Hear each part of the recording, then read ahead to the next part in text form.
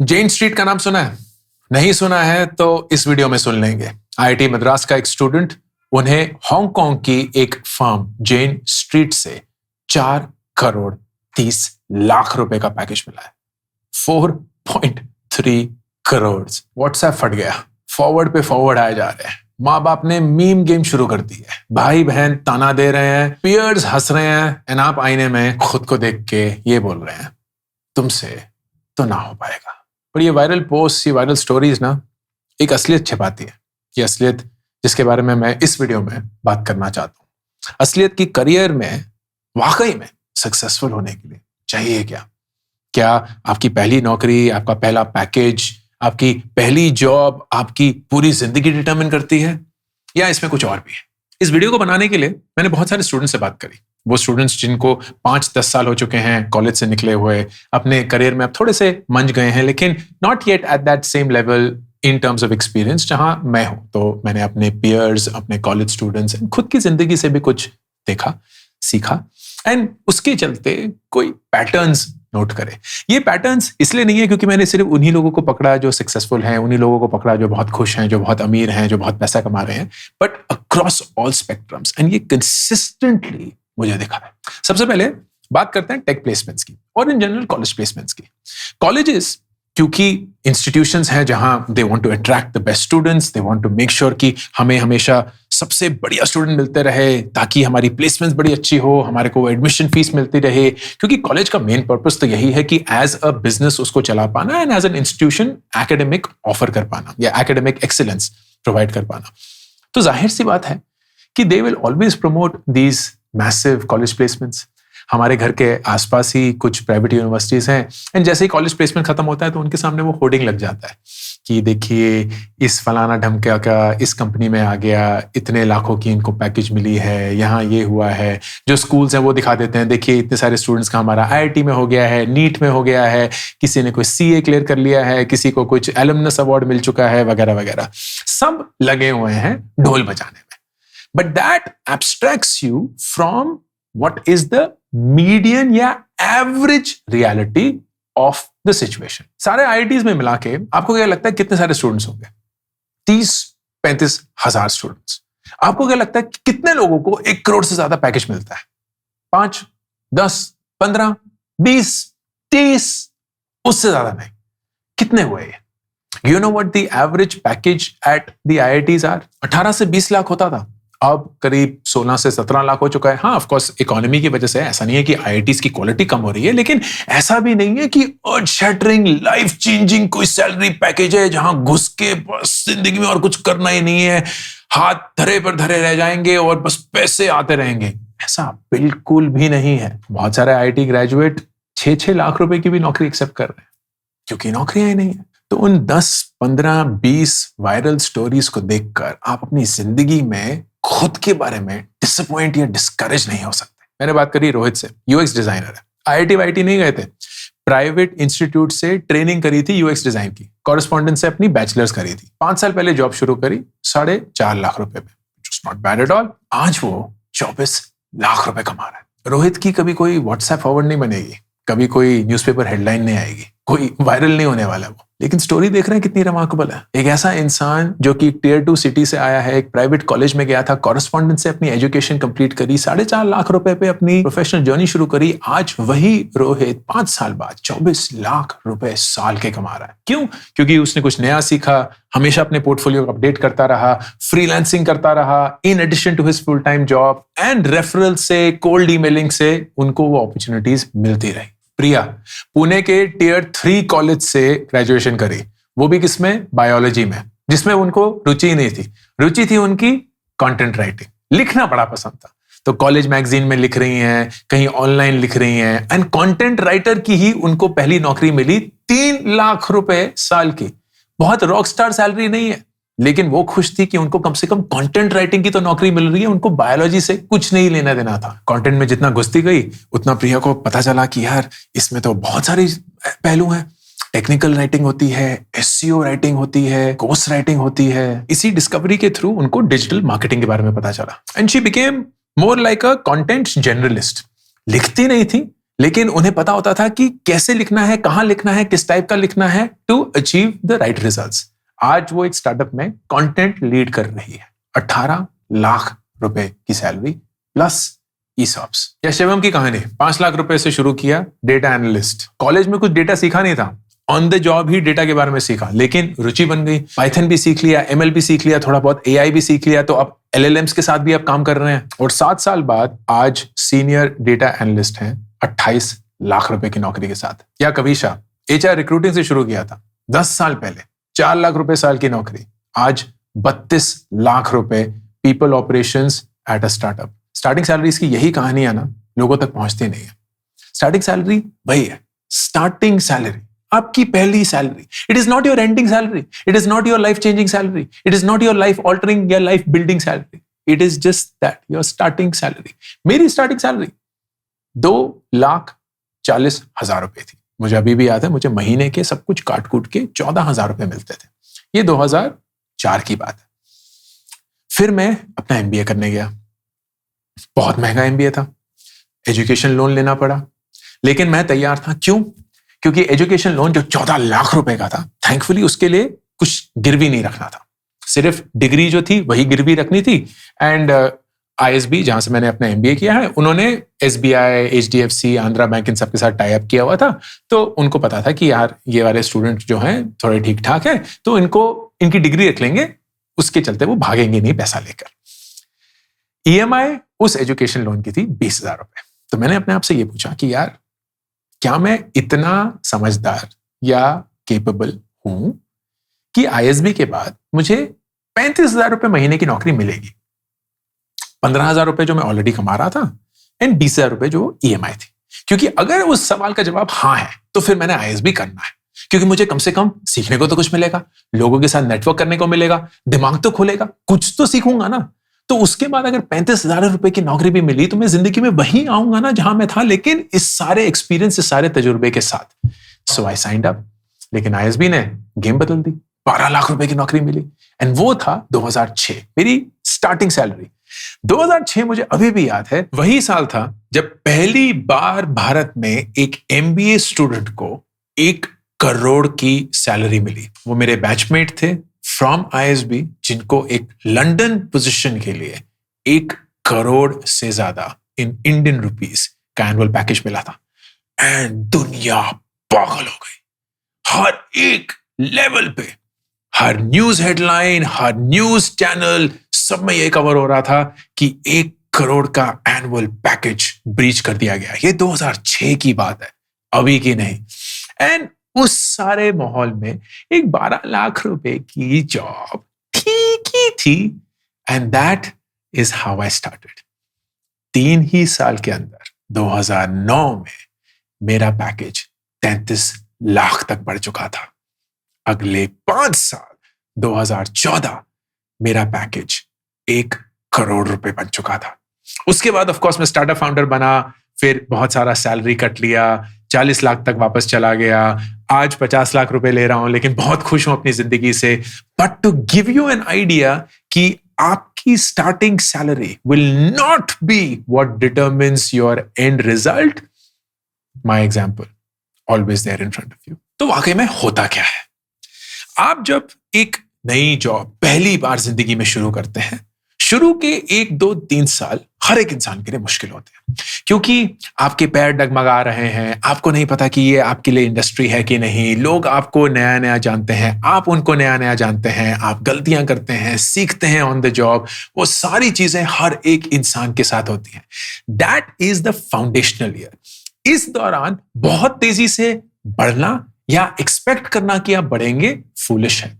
अगर हो गया तो आपकी किस्मत अच्छी थी, लेकिन अगर नहीं हुआ तो निराश मत होइए, क्योंकि ये वो पीरियड है जब आपको अपनी फाउंडेशन, अपने स्किल्स, अपने टैलेंट पे काम करना है।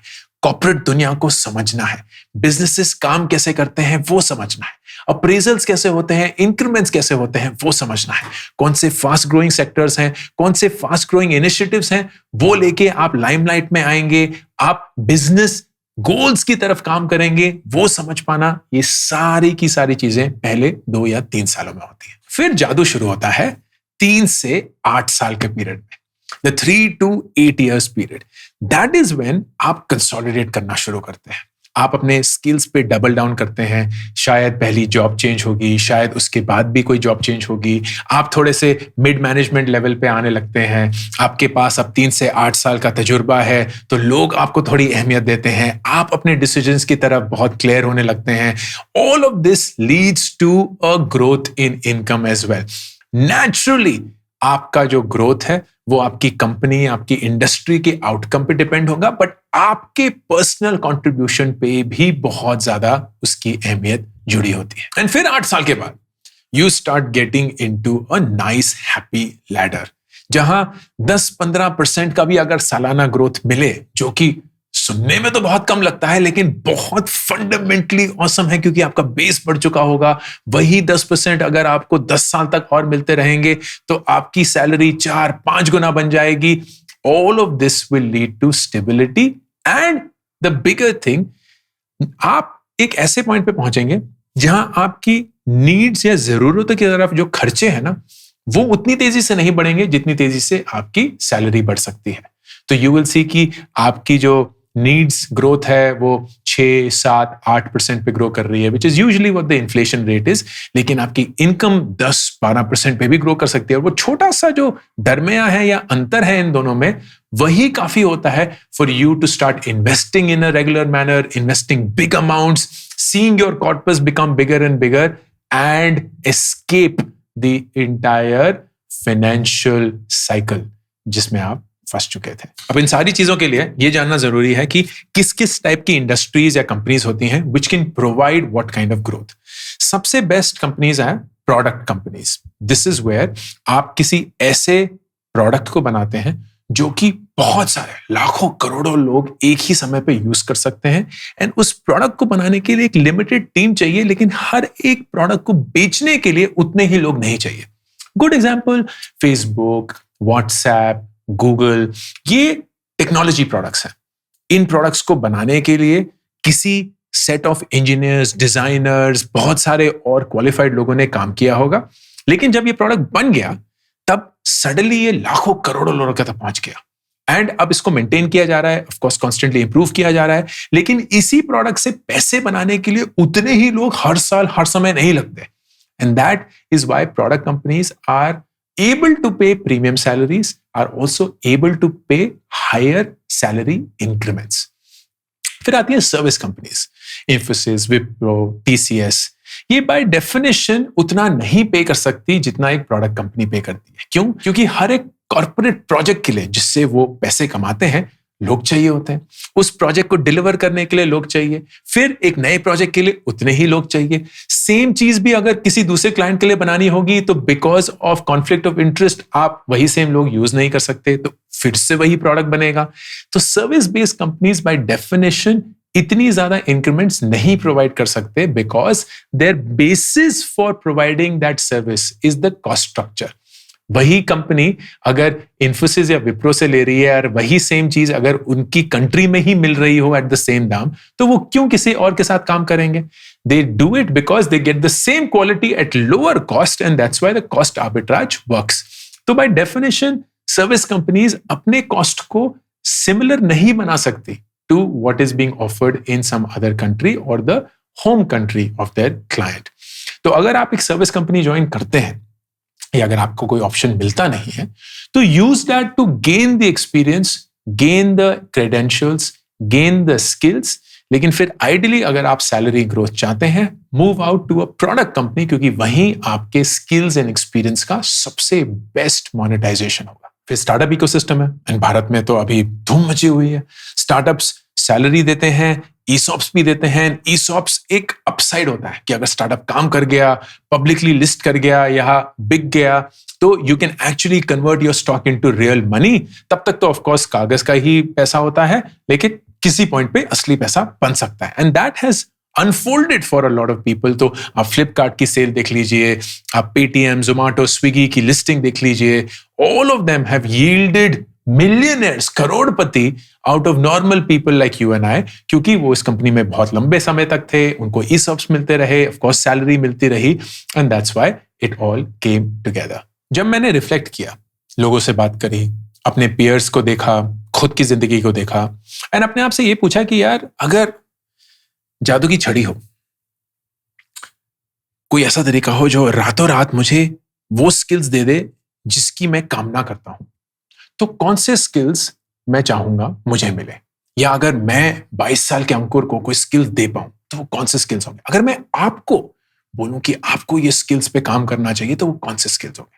एंड 3 मेरे जहन में आए, and this was a very clear pattern across all possible conversations. Number 1, technical skill. Technical skill का मतलब ये नहीं है कि आपको कोड करना आना। टेक्निकल स्किल का मतलब आज की दुनिया में कि आपको टेक्नोलॉजी के साथ काम करना आना चाहिए, चाहे वो LLMs के साथ हो या जनरेटिव AI के साथ हो, चाहे वो कोडिंग हो, चाहे वो डिजाइन हो, चाहे वो problem solving from a analytical ability या टेक्नोलॉजिकल एबिलिटी हो। You have to be comfortable with technology, क्योंकि दुनिया टेक्नोलॉजी की तरफ जा चुकी है। एंड हर एक कंपनी को वो लोग चाहिए जो प्रॉब्लम सॉल्व कर सकते हैं लोगों के थ्रू नहीं, टेक्नोलॉजी के थ्रू, क्योंकि उससे पैसा बनता है, वो स्केल हो सकता है, and ultimately the business benefits. तो टेक्निकल नो हाउ बहुत जरूरी है। मैं टेक्नोलॉजिकली हैंडीकैप्ड हूं is not an excuse any more for any field including creative fields. Number 2, problem solving ability. हर एक बिजनेस इसीलिए बढ़ता है क्योंकि वो कोई एक प्रॉब्लम सॉल्व करता है। वो प्रॉब्लम वो कितनी खूबी से सॉल्व कर सकते हैं, कितनी आसानी से सॉल्व कर सकते हैं, कितनी चीपली सॉल्व कर सकते हैं, कितनी तेजी से सॉल्व कर सकते हैं, डिटरमिन्स उसका सक्सेस। एंड अगर आप उनकी इसमें मदद कर सकते हैं, you will always be valuable. हर एक कंपनी को घिस्सू दिहाड़ी के लेबर नहीं चाहिए, उनको प्रॉब्लम सॉल्विंग एजेंट्स चाहिए। वो लोग जिनको ये काम दे दिया जाए और वो काम कर लेते हैं, हाँ ऑफ कोर्स चाहिए, लेकिन वो लोग जब ये काम मिलता है तो पूछते हैं यार ये काम मुझे क्यों मिला होगा, इस काम को करने से इस कंपनी का क्या मुनाफा, क्या फायदा होगा, क्या मैं ये काम बेहतर, फास्टर, चीपर कर सकता हूं, किसी दूसरे जरिए से इसी सेम चीज को बेहतर कर सकता हूं। And if yes, then you are a gold mine to that company. And तीसरा, कम्युनिकेशन। आपके दिमाग में जो भी हो, जितना भी अच्छा हो, अगर आप उसको व्यक्त नहीं कर सकते, उसका कोई फायदा नहीं। दुनिया बदल चुकी है। दुनिया वो नहीं रही जहां आप अच्छे से काम करेंगे तो आपके साथ अच्छा होगा, अगर आप मेहनत करेंगे, लोगों की मदद करेंगे, अच्छे से मैनेजर की बात सुनेंगे तो मैनेजर आपको शाबाशियां देंगे, आपको इंक्रीमेंट मिलेगी, आपकी प्रमोशन हो जाएगी। ना, आपको फाइट मारनी है, आपको मेहनत करनी पड़ेगी। And that is dependent on communication, your ability to not just speak but to write, to listen in a way कि दूसरा इंसान आपकी बात समझ सकता है, दूसरे इंसान को ऐसा लगता है कि आप उनकी बात समझ चुके हैं। ये एबिलिटी अपरंपार है दोस्तों। Everyone who I see as successful has in them the skill of an effective communicator, non-negotiable। तो अब आपको अपनी ग्रोथ स्ट्रैटेजी बनानी है। आपके पास ऑप्शन है, आप वो 4 करोड़ 30 लाख की नौकरी के पीछे भाग सकते हैं, पागलों जैसे अपना दिमाग उस पर खराब कर सकते हैं, या आप ये समझ सकते हैं कि नहीं यार, अगर 10-12 लाख रुपए की नौकरी मिली और वो 10-20% पे हर साल ग्रो करी तो मैं भी 5 साल बाद 40-50 लाख पे होऊंगा और उसके 5 साल बाद 1 करोड़ पे होऊंगा। एंड हाँ, वो 4 करोड़ पे होगा, लेकिन उस 4 करोड़ को कमाने के लिए उसने 80-80, 100-100 घंटे कमाए होंगे, बिताए होंगे, हाई स्ट्रेस एनवायरनमेंट में रहा होगा, वर्क लाइफ बैलेंस का कुछ अता पता नहीं होगा, and will constantly be under the I and pressure. यहां मैं अच्छे से अपने 10 लाख रुपए की नौकरी में लोगों से सीखूंगा, लोगों के साथ वक्त बिताऊंगा, लोगों के साथ दोस्ती करूंगा, एंड जिंदगी भी अच्छे से एंजॉय कर पाऊंगा। There is nothing wrong with that. तो प्लीज उन वायरल चीजों के पीछे ना भाग के एक प्रैक्टिकल ग्रोथ स्ट्रेटजी अडॉप्ट करिए कि मैं टेक्नोलॉजी से प्यार करूंगा, मैं एक प्रॉब्लम सॉल्विंग माइंडसेट अडॉप्ट करूंगा, मैं कम्युनिकेशन में इफेक्टिव बनूंगा, क्योंकि ये 3 चीजें अगर मैंने अपना ली तो मैं कोई भी राह चुनूं, किसी भी कंपनी को ज्वाइन करूं या खुद का स्टार्टअप करूं, मैं हमेशा एक हायर प्रोबेबिलिटी ऑफ सक्सेस के साथ ही कदम बढ़ाऊंगा। गुड न्यूज ये है दोस्तों कि दुनिया बदल चुकी है। हमारे माँ बाप की दुनिया, आज की दुनिया में बहुत बड़ा अंतर है, लेकिन फंडामेंटल्स ऑफ करियर बदले नहीं है। And that is what I would love for you to understand. ये है अंकुर वारिकू का नया ऑफिशियल करियर पर channel like, share, and subscribe. And this is Ankur Warikoo signing off.